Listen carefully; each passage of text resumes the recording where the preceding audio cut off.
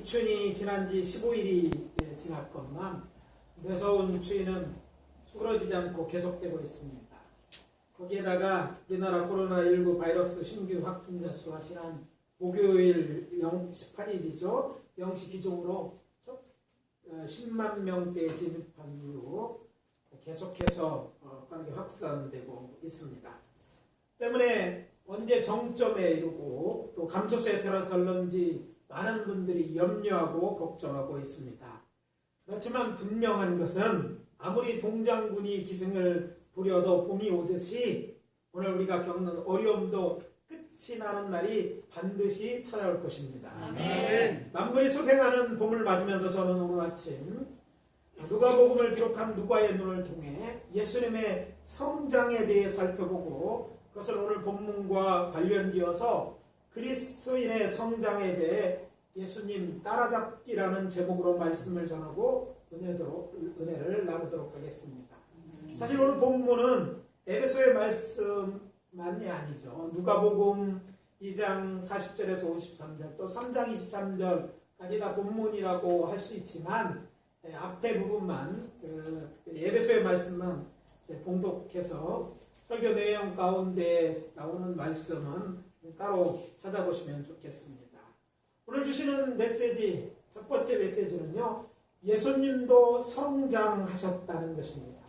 따라해 봅시다. 예수님도 성장하셨습니다. 예수님도 우리처럼 아이였던 때가 있었습니다. 놀라는 분은 없는 것 같아요. 왜냐하면 해마다 성탄절 맞으면서 예수님을 탄생을 축제하는 축제가 열립니다. 그런데 이상한 일은 우리 주 예수님께서 우리를 구원하기 위하여 세상에 오심에 대해서는 환영하면서도 이후 예수님이 공생애를 시작하기 전까지 예수님의 삶을 주의 깊게 보는 일은 그리 많지 않습니다. 이것은 오늘 우리들만의 이야기가 아니죠.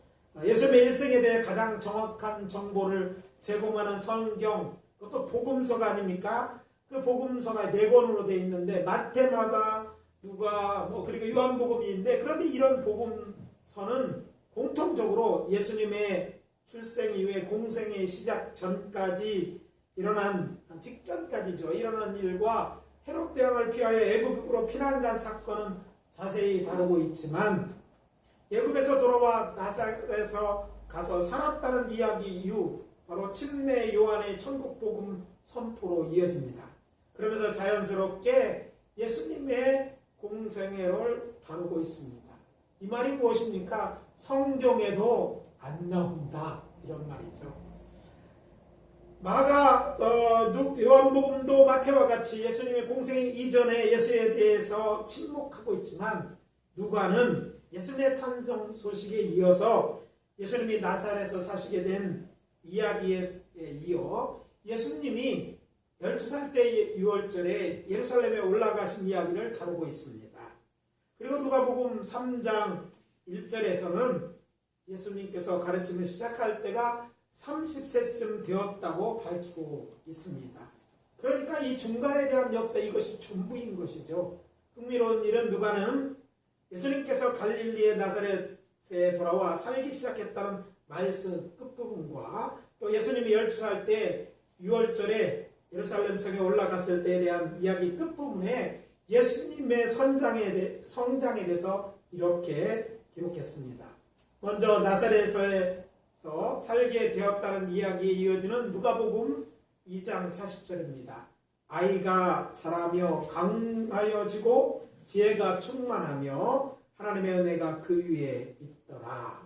여기서 아이는 누구예요? 예수님이죠. 아기 예수님이 어떻게 했다고? 자랐고 강하여졌고 지혜가 충만하여졌다, 이렇게 써놨습니다. 그리고 덧붙여서 이런 말씀을 썼습니다. 하나님의 은혜가 그 위에 있었더라. 하나님의 은혜 가운데 그가 성장했다, 그런 내용을 담고 있습니다. 그리고 예수님이 12살 시절 예루살렘 성에 있었던 일을 기록한 후에 이어지는 52절의 말씀입니다. 예수는 지혜와 키가 자라며 하나님과 사람에게 더욱 사랑스러워 가시더라. 예수님이 이 사건 있은 후에 예수가 지혜와 키가 작았고 하나님과 사람들이 더욱 사랑을 받으셨다고 기록한 것이죠. 이 두 구절은 사실 많은 분들이 성경을 읽으면서 주의를 기울이지 않고 그냥 지나쳐 읽는 그런 말씀입니다. 그렇지만 그 내용을 깊이 알면 이 말씀 또한 예수님이 성년이 된 이후에도 계속해서 지혜도 잘하고 또 키도 작았고 하나님과 사람에게 더욱 사랑스러운 존재가 되었다. 인격적으로도 성장했다는 내용을 담고 있다는 것이죠. 이런 내용을 확실히 하기 위해 말씀드립니다. 신약시대의 유대인들은 중에 이제 아이라고 하면 보통 성년이 되기 전까지를 말합니다. 여기서 우리는 먼저 유대인이 생각하는 성년이 되는 나이와 우리와 다르다는 것을 알아야 됩니다. 우리나라는 몇 살이 되면 성년이 됩니까? 지났으니까 한 달 넘죠. 네. 19세 뭐 얘기하잖아요. 성년식을 하는데 다들 지난 나이라 언제 그런 걸 했나 기억은 없지만 분명한 것은 유대인들은요 그보다 훨씬 어린 나이에 성년식을 합니다. 유대인들이 성년식을 시작하게 되는 건 구약과 신약의 중간 시대였습니다. 이때서부터 성년식을 하기 시작한 것인데 성년이 되는 나이가 남자와 여자가 다른데 남자아이는 13세 곧 13살이 되면 성년이고 여자아이들은 12살이 되면 성년으로 이제 인정했습니다. 누가복음 2장 41절부터 51절까지 예수님이 12살 때의 이야기가 기록되어 있습니다. 그러니까 40절 이어지는 말씀에 예수가 자라면 성년이 되기까지 되기 직전까지 예수님의 변화에 대한 기록으로 이 말씀을 볼 필요가 있다는 것이죠. 물론 누가복음 2장 41절에서 51절 말씀은 예수님이 12살이 되었을 때 예수님의 가족이 어디를 갑니까? 함께 유월절 명절에 예루살렘 성에 갔다가 놀라운 일이 일어났습니다. 부모가 아이였던 예수님을 잃어버린 사건이 기록되어 있습니다. 여러분 중에 아이를 잃어버린 기억들이 있는 분들이 종종 계실 거예요. 우리 안녕하 사모도 저 한국에 먼저 나왔을 때 지금 미국 가 있는 성경이를 잃어버리고 찾아서 난리난 일에 대한 얘기를 제가 들어서 알고 있습니다. 커도 이렇게 아이를 어디 갔다가 잃어버릴 때가 있는 것이죠. 그런데 생각해 보십시오. 어떻게 아이를 잃어버렸다고 쳤을 때 잃어버리면 금방 찾아나서지 않겠어요. 그런데 본문을 계속 읽다 보면 여러분 놀라운 일은 예수님이 여행 중에 아이를 잃어버렸어요. 아들을 잃어버린 거죠. 그런데 부모가 자녀를 잃어버리고 하룻길을 갈 수 있을까? 여러분 궁금하지 않으셨어요?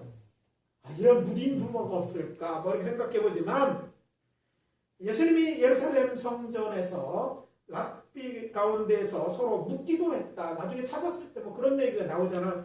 이런 말들을 유대인의 전통에서 보면 이것은 예루살렘에서 예수님의 성인식이 있었음을 암시하는 그런 얘기입니다.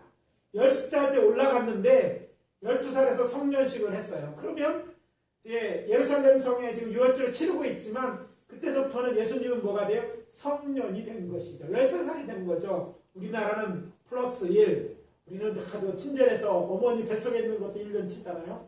다 나이를 전에 외국에 가면 항상 나이를 깎아서 줬습니다. 옛날에는 더하지 못한 남자 빼야 되나 생각했는데 요즘 한 살 덜 먹었다면 기분이 괜찮더라고요. 아무튼 우리는 다 이제 성년이라 한 살 빼는데 흔히 알고 있는 날 그래서 만 나이 부르는데 유대인들도 뭐 유럽에도 그렇죠. 지금 나이를 그때 만 몇 세다 이렇게 얘기하는 거죠. 그러니까 생일이 지나면 나이를 한 살 다 전국적으로 뭐 한 살 더 먹는 게 아니라 나이를 더해지는 거니까 성년식 후에 성년이 되었다는 것을 암시하고 있다는 얘기죠. 아무튼 이건 나중에 설명하고 이어서 침례 요한의 얘기가 나옵니다. 그리고 예수님이 이 사람 요한에게 침례를 받으시고 기도할 때 하늘이 열리고 성령이 비둘기같이 그 위에 강림하시고 성부 하나님께서 너는 내 사랑하는 아들이라 내가 너를 기뻐하노라 말씀하신 뒤에 이렇게 기록하고 있습니다. 예수님께서 가르침을 시작하실 때 30세쯤 되시니라. 사람들이 아는 대로 요셉의 아들 엘리요 이니 요셉 위에는 헬리요 그렇게 돼 있어요. 누가복음 3장 23절입니다. 그리고 누가복음 3장 이제 누가복음에서 이제 30절에 보면 다시 유다라는 이름이 예수님의 족보에서 유다의 아들로서 요셉이가 또 나오는 거예요. 그렇게 되면 이제 30이라는 나이가 계속 이제 반복해서 나오는데 의도적으로 지금 누가는 30이라는 나이에 대한 얘기를 하고 있는 것이죠. 사실 성서서에 대해 나이 30은요, 민수기 4장에 보면 제사장을 돕는 레위인들, 곧 고앗과 게르손과 므랄이 이제 그 자손들 있잖아요. 그들이 이제 임무에 관련해서 회막에 참석할 수 있는 나이로 30세 이상으로 50세까지라고 직접적으로 언급한 것, 그것 한 것뿐입니다.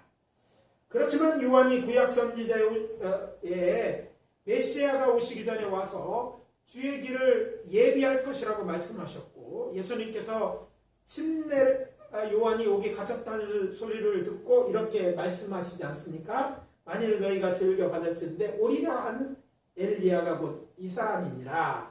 마태복음 11장 14절입니다. 침례 요한이 엘리야이다, 이런 얘기죠. 그리고 나오는 요셉으로 시작되는 모습의 족보 이야기라면 얘기가 달라지죠. 자, 이제 예수의 족보에 대해서 얘기했는데 중요한 것은 예수가 어떤 사람이냐를 족보로 얘기하는데 놀랍게도요, 요셉이라는 이름이 4번이나 언급됩니다. 족보에. 마치 예수의 족보를 얘기하는데 요셉이 주인공인 것처럼 계속 언급되고 있는 것이죠. 그래서 예수의 족보도 시작이 어떻게 바로 요셉의 이야기부터 시작됩니다. 물론 생각해 볼 수 있어요. 누가복음의 족보는 어머니 쪽 계보라고 얘기하죠. 근데 누가복음의 족보에 보면 예수님의, 그러니까 아버지 요셉으로, 아버지로부터 출발하니까 이서부터 아담서부터 내려오는 게 아니라 거꾸로 올라가게 되니까 요셉이 제일 먼저 등장하는데, 예수의 족보는 얘기가 나옴에도 불구하고 누가는 의도적으로 그의 예수의 아버지였던 요셉에서 시작한다는 거죠. 그러면서 그 첫 번서부터 앞에 말씀드린 것처럼 두 번은 사람들이 아는 대로 요셉의 아들이니 요셉의 위는 헬리오라고 벌써 2번 언급한 다음에요. 뒤에 쭉 나가다 보면 족보에서 요셉이라는 이름이 다시 나오게 되는 것이 30절입니다. 그리고 나오는데 그 요셉 바로 뒤에 나오는 얘기에서 다윗에 대한 얘기가 또 나오게 되죠. 그래서 37절은 다윗의 이름이 등장하고 마지막 절은 38절은 아담에 이어 하나님으로 끝이 납니다. 그러니까 예수의 족보 이야기는 요셉이 마치 주인공처럼 등장하는 데는 이유가 있다는 것입니다. 그러면서 예수님이 그의 가르침을 시작한 나이를 이야기하고 이어서 예수님의 요셉의 아들이라고 말한 것인 것이죠. 요셉은 마리아의 남편이기도 하지만 성서시대에 요셉하면 대부분 예수의 아버지가 누구였냐, 요셉에 대한 생각은 하지 않습니다. 당시 사람들에게 요셉하면 애굽의 총리가 되어 애굽은 물론이거나 이스라엘 자손을 애굽으로 인도하여 하나의 민족에 되게 한 그 요셉, 그러니까 요셉의 그 조상 중에, 그러니까 예수님의 조상 중에 이 요셉을 생각하죠. 그런데 퀴즈를 내겠습니다. 그가 몇 세 애굽 총리가 되었습니까?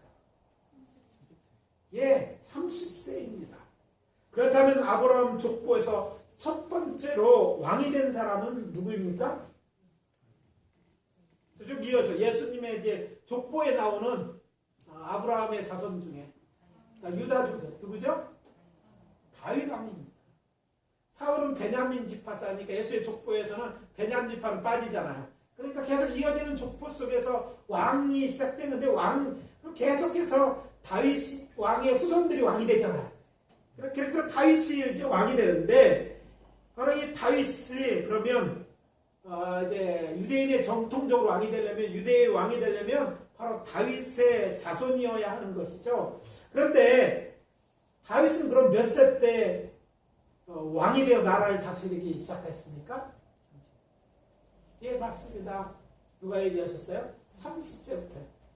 내 나이도 모르겠는데 다윗 나는 뭐 어떻게 하냐 얘기할지 모르지만 여러분 감을 잡자 30세에 대한 얘기를 계속하고 있다는 거예요. 사무엘 하서 5장 45절입니다. 다윗이 나이가 30세에 왕위에 올라 40년 동안 다스렸는데 헤브론에서 7년 6개월 동안 유다를 다스렸고 예루살렘에서 33년 동안 온 이스라엘과 유다를 다스렸더라. 그렇기 때문에 예수님이 가르침을 시작하실 때 30세쯤 되었다는 이야기는 무슨 의미가 담겨 있습니까? 예수님께서 이사야에 예언된 오리라 예언된 유대인의 왕이라는 메시지가 담겨져 있는 것입니다. 믿으십니까? 예수님이 오시라 예언된 메시아라는 사실을 믿으시기 바랍니다. 예수님은 다윗의 자손으로 다윗과 같은 나이에 천국 꼭 하나님의 나라를 선포하시며 그의 공생애를 시작하시므로 자신이 예언된 유대인의 왕 곧 메시아임을 세상에 알리신 것입니다. 따라서 예수님께서 30세에 그의 공생애를 시작하셨다는 것으로 왕으로서 자신의 왕국을 다스리기 시작했음을 의미합니다.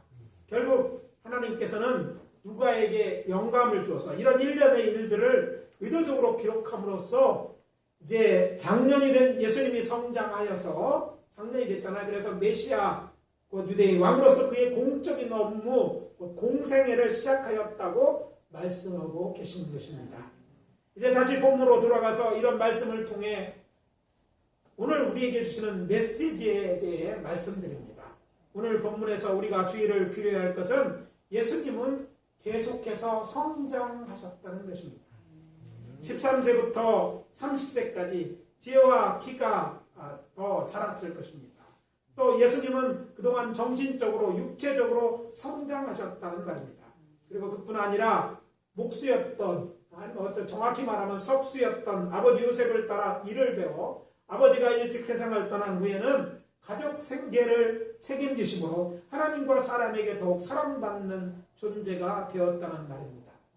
그러다 30세가 되어서는 유대인의 왕으로서 예언된 메시아로서 이제 유대인들뿐 아니라 영원한 하나님 나라의 왕으로서 그의 공적 사역을 시작하시는 것입니다.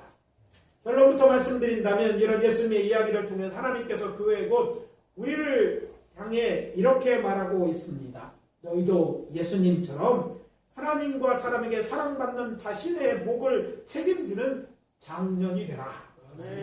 너희도 성장해야 된다. 이런 메시지를 전하고 있는 것입니다. 성장은 하나님의 뜻입니다. 옛날 영화 중에 여러분 기억하시는지 모르겠어요. 양철북이라는 영화가 있습니다. 뭐 기억하는 분 그렇게 많지 않은 것 같아요. 끄덕이는 분이 안 돼요. 근데 그 이야기의 주인공, 양철북의 주인공은 좀 우리가 볼 때 자세히 보면 뭔가 다른 게 있어요. 그는 잘하지 않습니다.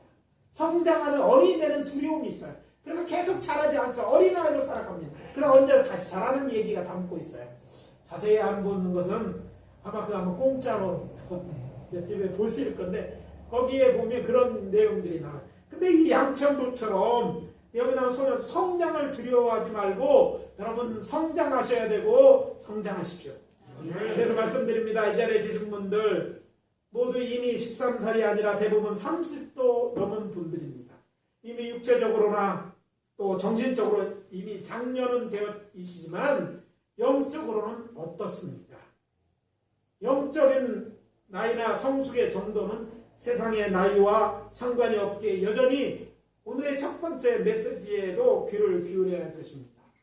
지혜와 기뿐 아니라 영적으로 인격적으로 예수님처럼 온전하지 않다면 오늘도 우리는 성장해야 마땅합니다. 예수님도 성장했어요. 성장이 부끄러운 일이 아니에요. 당연한 일이고 하나님이 기뻐하는 일입니다. 저는 우리 사랑하는 예수님께 성도들 모두 정말 육체적으로 뿐만 아니라 정신적으로 또 인격적으로 영적으로 무엇보다 장년들이 되시기를 예수 그리스도 이름으로 축원합니다. 아멘. 그러면 오해되어 아직 아니라면 이제 막 아이와 같다면 계속해서 성장해서 나가야 될 줄 압니다. 둘째, 성장하기 위해서 필요한 말씀입니다. 성장을 위해서는 배우고 훈련받아야 합니다. 따라해 봅시다. 성장하기 위해서 배우고 훈련받아야 한다. 오늘 본문에서 우리는 예수님이 아기 때부터 시작하여 이제 30세가 되어서는 왕으로서 공적으로 하나님의 나라의 공생을 시작하였다는 이야기를 들었습니다. 그런데 예수님의 성장에 관한 이야기는 누가복음 2장 40절, 52절 이렇게 고작 두 구절에 불과합니다. 몸이 성장하고 지혜가 들었다.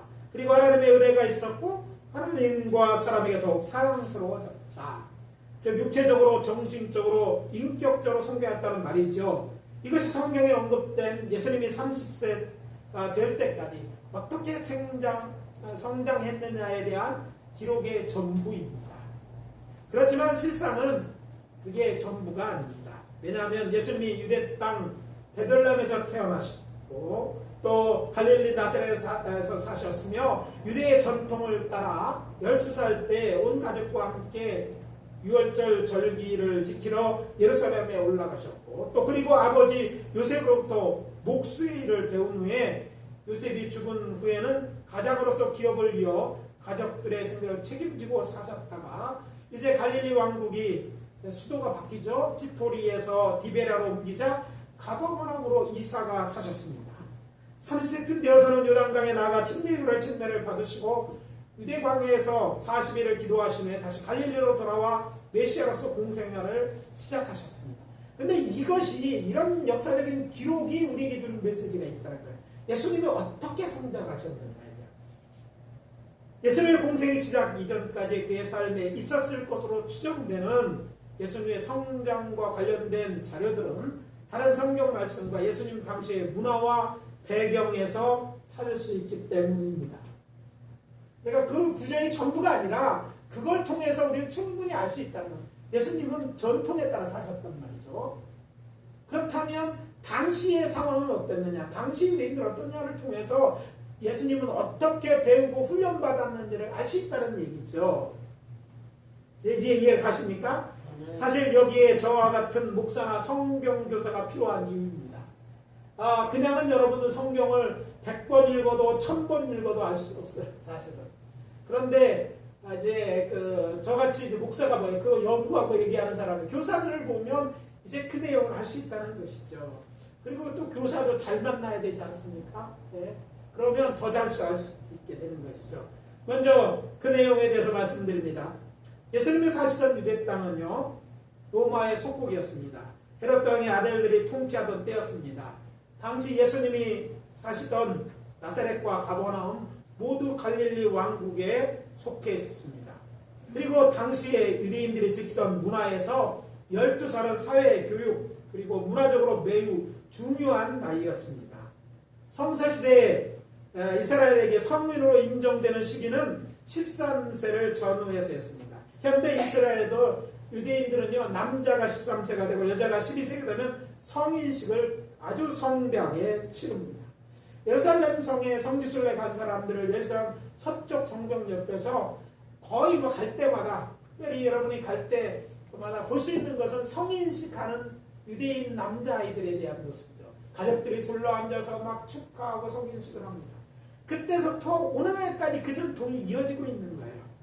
그런데 그냥 성인식이 그냥 나이만 먹고 12살 됐다고 성인식을 하는 것이 아니죠. 성인 되기 전에 유대인 남자들은 교육받고 훈련받아야 됐는데 이 전통은 하시몬 왕조의 전통에 따른 것입니다. 이때 하시몬 왕자도 유일한 여왕이었던 왕 알렉산더 그 여왕이 있잖아요. 얀네오스라고 얀네오스라는 이 여왕 때서부터 유대인들은 지난번 말씀드렸잖아. 의무교육을 시작했어요. 그 의무교육이 5세부터 시작되는데 5세서부터 이제 12세까지 성년이 되기 전까지 교육을 받아야 됐던 거예요. 1세 당시 랍비문을 통해서 보면 소년은 5세부터 5세부터 9세까지 모세오경 토라를 공부해야 됐고요. 오늘날 초등교육 과정에 해당합니다. 그리고 10살부터 12살까지는 구전율법인 미슈나를 공부하는데 이는 오늘날의 중등교육에 해당됩니다. 여기에 있는 말씀을 공부하려고 공부하는 것이 아니라 어떻게 살아야 되는지 알고 그렇게 살기 위해서 공부하는 것이죠. 그래서 그렇게 살려면 율법인 모세오경을 알아야 되고 또 그것을 삶에 적용하려면 구정율법이 필요했던 것인데 이것들을 이제 저희들이 회당에서 랍비를 통해서 공부했던 것입니다. 그래서 자녀가 성인이 되기 전까지 회당에서 이 의무교육을 받아야 했고 이것을 제외한 일체의 교육은 어머니의 몫이었어요. 그러니까 12살 가서 어머니가 딱 들어주고 저들을 회당에 보내고 나이 되면 그 이전에서부터는 계속해서 말씀과 삶을 훈련시켰던 거예요. 그렇지만 성인식이 거쳐서 성인이 되면 어떻게 됩니까? 바뀌게 됩니다. 성인이 된 남성 교육은 아버지의 몫이 됩니다.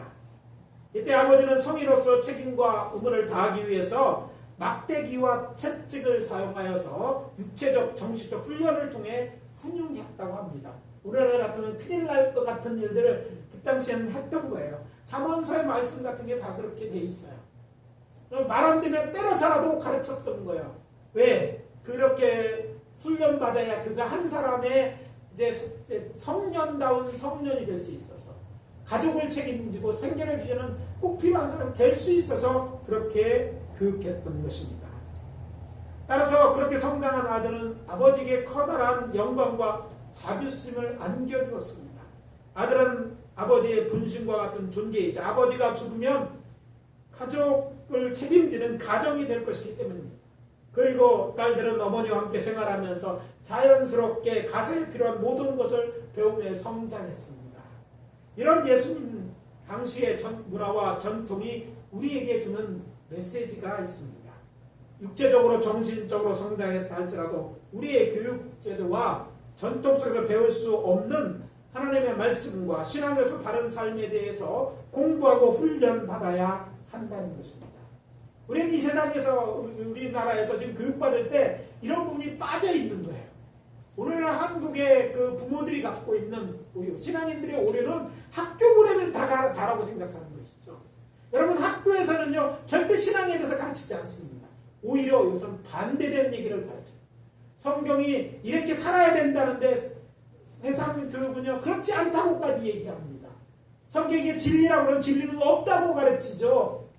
이게 오늘날에 거기다 아이를 보내놓고 여러분의 의무를 다 했다고 생각하고 나는 돈 벌어 학비만 되는데 어머니는 그래 학교 갈 수 있도록 깨우고 그들을 하려고 학원 보내고 이렇게 하면 된다고 생각하는 것은 지극히 성서적이 아니라는 거예요. 오늘 한국교회 문제는 이런 데 대한 문제의식을 갖지 않고 있는 한국교회 앞에 선 목사들과 그리고 성도들 먼저 신앙생활했던 사람들의 그 착각 속에 있었던 거예요. 학교에서는 이걸 가르치지 않습니다. 그러면 누가 해야 돼요? 어머니가 하든지 아버지 학교에서 하고 아니면 교회에서 해야 되는 거예요. 근데 안타깝게도 교회에서 하는 그것조차도 안 하고 아니 학교 공부 시간 따라가기 힘들다고 교회까지 안 보내니까 아버지는 예수 믿고 잘 믿는데 자녀 때 가면 신앙을 잃어버리는 거예요. 좋은 학교 다니는데 성장해서는 교회를 안 나가죠. 그러면 어떻게 되겠어요? 그의 인생. 여러분 천국이 있다고 믿지 않습니까? 여러분 죽으면 천국 가지만 자녀들은 지옥 가는데 참 경사스러운 일입니다. 좋은 대학교 나와서 좋은 직장 가고 잘 먹고 잘 살아. 이게 그 애를 위한 최선입니까? 이 점에 대해서도 우리는 간과하고 있는 거예요. 당시에는 그렇지 않았어요. 그러면 어떻게 해야 됩니까? 우리는 지금이라도 늦지 않았습니까? 지금이라도 하나님의 말씀을 보고 공부하고 또 훈련받을 수 있도록 기회를 제공해야 되는 거예요. 이런 교육은 예수님 당시에 회당에서 랍비들에 의해서 그리고 집에서는 부모들에 의해서 교육되고 훈련되었다면 오늘날은 교회에서 목사나 교사들에서 배우고 훈련받아야 하는 것이죠. 여러분 그냥 말씀을 예수 믿고 구원받아 예수 믿지 아멘? 그러면 모든 게 끝납니까? 그 믿음이 어떤 믿음이에요? 그건 지식이지 믿음이 아니고 그것으로는 구원받을 수 하나님 말씀이 잘못된 것이 아니라 잘못 이해하고 있는 믿음을 잘못 이해하고 있는 거예요. 그건 믿음이 아니라 그렇게 아는 것이에요. 그건 참 신앙이 아닙니다. 사도 바울은 말합니다. 내가 어렸을 때는 말하는 것이 어린아이와 같고 깨닫는 것이 어린아이 같고 생각하는 것이 어린아이 같다가 장사한 사람이 되어서는 어린아이를 버렸노라. 고린도전 13장 11절입니다. 우리는요 장성에서는 정말 장성하되 모든 인격적인 성경, 영적인 성장한 데서 어린아이를 버리고 살아야 되는 거예요. 그런데 우리가 이 영적인 부분, 이런 인격적을 무시했기 때문에 작년이 되었는데 애프터 서비스 해야 된다고 이해는 갑니다. 내가 낳은 새끼들이니 책임져야죠. 그러나 이걸 안 해는 언제까지 책임져요? 언제까지 어린아이에서 내버려 두시고 있어? 그게 정말 부모로서 그게 잘하는 일입니까? 아니지 않습니까? 고린도전서 14장 20절입니다. 형제들아, 지혜는 어린아이가 되지 말고 악에는 어린아이가 되라. 지혜는 장성한 사람이 되라. 언제까지 어린아이가 믿음 생활을 하시겠습니까? 이제는 장성한 그리스도인이 되어야 하지 않겠습니까? 요즘은 코로나19라는 신종 바이러스는 교회에서 여러 가지 교육이나 활동이 제약받고 있어 뒤에만 엿보고 있지만 곧 시작될 것입니다. 그러니 마음에 준비하시고 기회가 주어졌을 때 열심히 배우고 훈련에도 참여함으로써 이제는 성경을 아는 것과 하나님의 말씀대 살아가는 것에 대해서 더 이상 어린아이 수준에 머물지 않고 장년이 되고, 아멘입니까? 아멘. 아니 직분을 감당함으로써 예수님처럼 우리도 하나님과 사람에게 더욱 사랑받는 하나님의 자녀들이 되어야 할 것입니다. 아멘. 사도 바울은 빌립보 교회에게 이렇게 말합니다.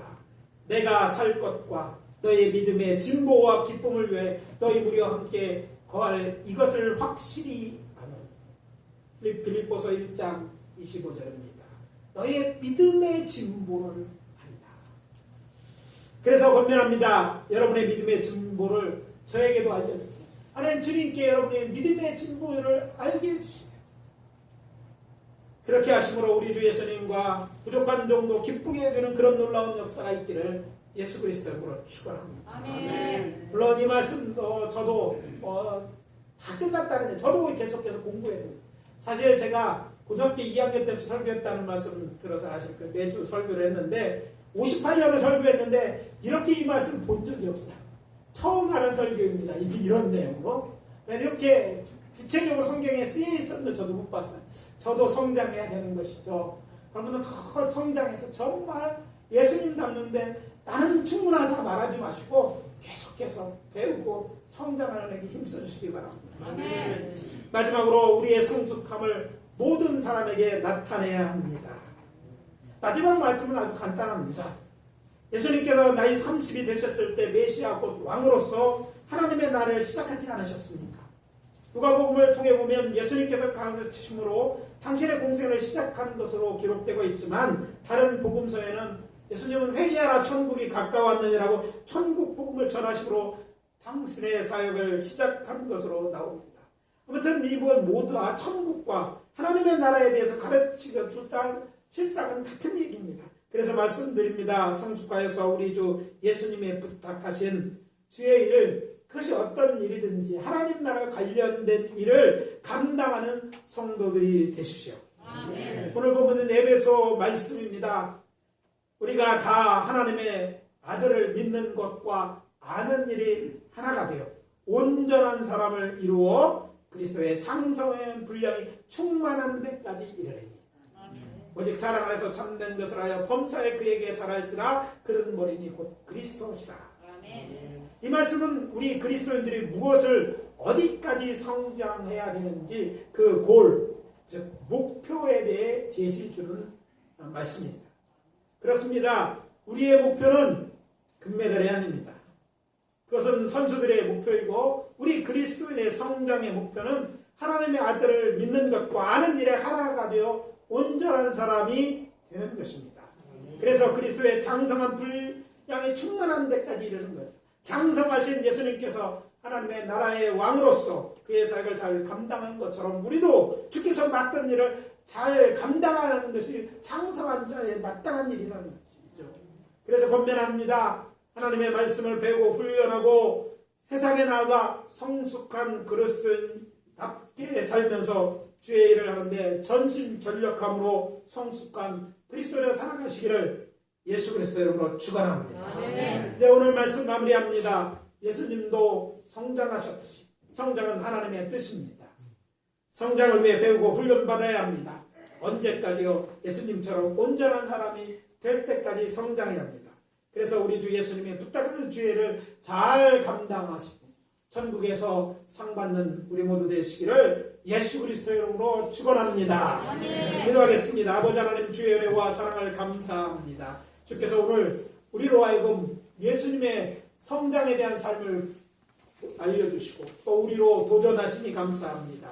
예수님처럼 우리도 장성하여 주의를 감당하는 저희들로 인도해 주시옵소서. 우리도 하나님의 아들로 딸로 부름을 받았지 않았습니까? 하나님의 자녀답게 이렇게 성숙하여 아버지 온전한 사람이 되고 장성한 자답게 주의를 잘 감당하는 저희들이 될 수 있도록 인도해 주시옵소서. 도와주시옵소서. 이렇게 결단하고 아버지 하나님의 훈련받게 도와주시고 그 일들을 감당해 나갈 수 있도록 인도해 주시옵기를 바라옵고 나올 때 예수 그리스도의 이름으로 기도합니다. 아멘.